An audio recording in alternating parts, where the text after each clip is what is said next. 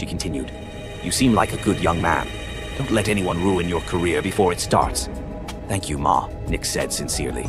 He sat back in his seat, trying to focus on the lesson he had prepared. As the bell rang for second period, he picked up his marker and headed to SS2B. The class was already noisy when he entered. He stood at the door and waited. Slowly, the noise dropped as students noticed his presence. "Good morning, class," he said. "Good morning, sir," they replied half-heartedly. Knix walked to the board and wrote, "Topic, wants, scarcity, and scale of preference." He began teaching, using simple examples they could understand. If you have only 500 naira and you want both meat pie and a book, but you can only afford one, what do? "You buy the one that's more important," a girl in the front said. "Exactly," Knix said. "That's what we call scale of preference, arranging your wants in order of importance." Some students nodded, others looked bored. Then, from the back of the class, a voice muttered, "Me, I go buy jollof rice. That one is more important than this boring talk."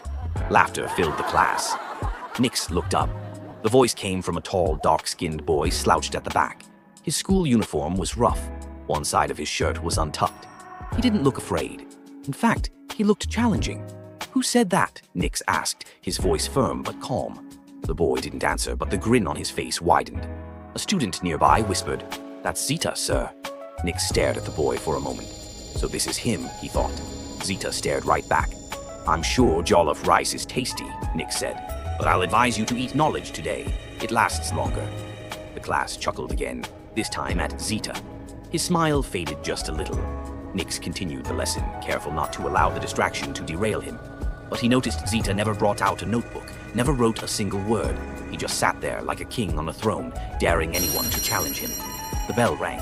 As Knix gathered his books, he paused and looked at Zeta one more time. Their eyes met again, this time longer. Zeta raised an eyebrow like a silent warning. Knix turned and walked out without a word.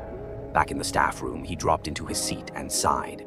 The rule of no cane wasn't just a school policy, it was a trap. A tight rope and one wrong step could send him falling.